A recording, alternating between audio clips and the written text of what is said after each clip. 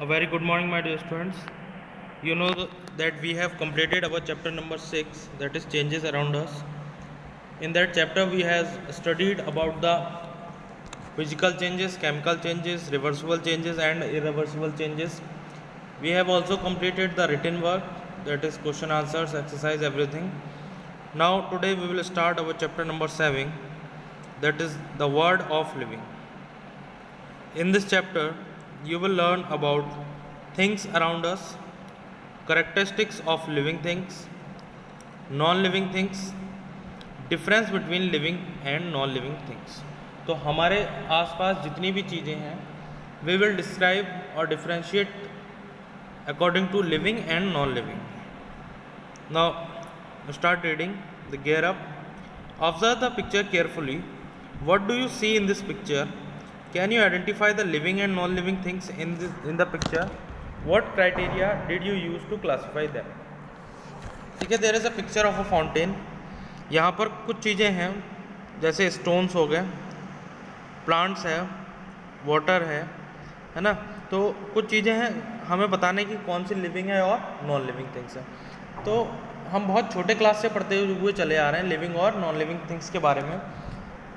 छोटे क्लास में क्या डेफिनेशन हुआ करती थी? The things which can breathe, grow, reproduce are called living things. जो चीज़ें क्या क्या कर सकती हैं? ब्रीथ कर सकती हैं, सांस ले सकती हैं, ग्रो कर सकती हैं, बड़ी हो सकती हैं और रिप्रोड्यूस कर सकती हैं, मतलब अपने आने वाली जनरेशन को प्रोड्यूस कर सकती हैं. वो क्या है? Living organism. तो उसमें जैसे स्टोन हो गया, स्टोन क्या हो जाएगा? नॉन लिविंग, क्योंकि ये ना तो ग्रो करता है, ना ही ये सांस लेता है और ना ही ये रिप्रोड्यूस करता है. जबकि प्लांट्स इसमें है, ये किस में आ जाएंगे? They are in the category of living. Let's study some more things about living and non-living things. Things around us. Make a list of objects you have seen at your home, in a garden, on a road, in a zoo or at some picnic place. कुछ list बनानी है जिसमें हमें अपने घर में, road side में और जू में जो जो चीज़ें देखने को मिलती हैं उनकी हमें क्या प्रिपेयर करनी है? List. Does your list include objects like table, chair, fan, cooler, AC, stone, pen, pencil, book, ball etcetera? क्या आपकी लिस्ट में ये सब भी हैं? डेफिनेटली होंगे, क्योंकि अगर घर की बात करें तो घर में देखिए table, chair, fan, cooler, AC, ये सारी चीज़ें होती हैं, है ना. स्टोन हमें रोड साइड में मिल जाते हैं, पेंसिल, बुक, बॉल, ये सारी चीज़ें घर में अवेलेबल हैं. और बस, ट्रेन, कार, स्कूटर और plants like trees, bushes, grasses और animals like dog, cat, cow, pigeon, crow, peacock, lizard, frog, toad etcetera. तो ये हमारी आसपास की चीज़ें हैं. और इसमें देखिए कुछ चीज़ें कैसी हैं? लिविंग हैं और कुछ नॉन लिविंग्स हैं. Next is objects are differents. Objects क्या होते हैं?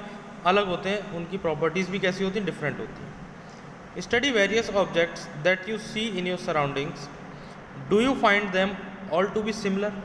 क्या हमारे आसपास जितनी भी चीज़ें हैं वो सभी सिमिलर हैं? सिमिलर मतलब एक जैसी हैं, समान हैं. You will find that they all have different shapes and color. What you will observe that every object has different shape and different color. Like you can take the example of chair and table. Both are having different colors, while both are having different shapes. Or you can take many examples. You can take the example of fan or cooler. Both will have some different properties. सभी की properties कुछ ना कुछ different जरूर होंगी. They are also different in size. उनके size भी क्या होंगे? डिफरेंट होंगे. Not only this, you must have seen your puppy grow, but have you ever seen your pencil और बुक ग्रो और इंक्रीज इन साइज? आपने देखा होगा कि आपके घर में अगर पपी है या आपके आसपास कोई भी एनिमल है, या you can take your example, तो आपने देखा यू हैव ग्रोन, क्या हुआ? साइज में इंक्रीमेंट हुआ, है ना. क्या आपके आसपास जो पेंसिल हैं, बुक हैं, क्या इनका साइज बढ़ा कभी? Have you ever observe it? Have you seen a dog run, a bird fly and a frog jump, but have you ever seen your desk or a stone move on its own? सभी ने देखा होगा dog को run करते हुए, bird को fly करते हुए, फ्रॉग को जंप करते हुए. These are the common examples. You can observe these example around you. पर क्या आपने कभी अपनी डेस्क को या स्टोन को मूव करते हुए या जंप करते हुए देखा है अपने आप से? Based on some of these characteristics like growth and movement को basic characteristics मानते हुए things around us are divided into two categories. चीज़ों को दो कैटेगरी में बांटा गया है. The first one is living things, another one is non-living things. Non-living things, only the plants and animals including human beings are living things. सिर्फ plant और animals ही होते हैं, ठीक है, और एनिमल्स में हम लोग भी आ जाते हैं. We are also categorized into animals. They are living. Non living things में chalk, stone, pencil, copy, book, table are non living things. ये सारी चीज़ें कैसी हैं? नॉन लिविंग थिंग्स हैं. सिर्फ क्या बताया गया? ओनली प्लांट्स एंड एनिमल्स, जिसमें हम लोग भी हैं, ह्यूमन बींग्स भी हैं, यही लिविंग थिंग्स होती हैं. बाकी सारी कैसी होती हैं? Rest of the things are non living things. Now one activity is given here that you have to paste some pictures on a chart paper and tell whether the things are living or non-living things. Now study about the characteristics of living things. Living things की characteristics क्या होती हैं? I have already told you that living and non-living things you have studied from very junior class. I can say from second or third or even from first. But in this chapter we will go through some descriptive way. The characteristics of living things. Living things are called organisms. Living things को organism भी कहा जाता है. All organisms have some basic characteristics in common. सभी organism में कुछ basic character क्या होते हैं? Common होते हैं. On the basis of these characteristics, living things are distinguished from non-living things. इन्हीं characteristics के base पर living things और non-living things को क्लास मतलब अलग अलग किया गया. All organisms of one kind have a definite shape and size. सभी ऑर्गेनिज्म का अपना अपना एक शेप, डेफिनेट और एक साइज होता है. देखिए आपको you will never see a dog looking like a bird. आपको एक डॉग जो है बर्ड की तरह कभी नहीं लगेगा. Neither a bird like a elephant. ना तो आपको कोई बर्ड एलिफेंट की तरह नजर आएगी. तो इसका मतलब सभी का अपना एक साइज है. That is why you can identify a dog from a cat और a mosquito from a fly.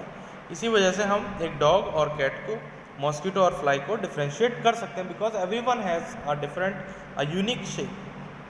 Similarly you can distinguish a neem tree और अ पीपल ट्री और अ बनियान ट्री और a rose plant from sunflower plant by the shapes of leaves and flowers. तो सभी के shape के according हम उनको differentiate कर सकते हैं. तो पहली इंपॉर्टेंट बात जो हमें यहाँ से पता चली कि every organism has a unique shape. Her organism का अपना एक यूनिक शेप होता है. Organism show great variations in their sizes. For example an elephant is much larger then a man and a whale is many times larger than an elephant. और हर किसी में क्या है? वेरिएशन है. सबका अपना अपना तो यूनिक है, मगर आपस में ये क्या है? वेरिएशन है. जैसे डॉग का और एलिफेंट का शेप बिल्कुल अलग है. ह्यूमन बीइंग का एग्जांपल इसमें दिया हुआ है. तो human being is totally different from elephant. ठीक है, elephant is much larger than human being. While if we take the example of a whale, you will see that whale is much larger than elephant. Similarly, a neem or a banyan tree is larger than a rose plant and a rose plant is larger than a grass. सभी का क्या है? Different size में variation है. So thank you very much dear students. Today we have completed till page number 81. Tomorrow we will start from page number 82. Thank you very much.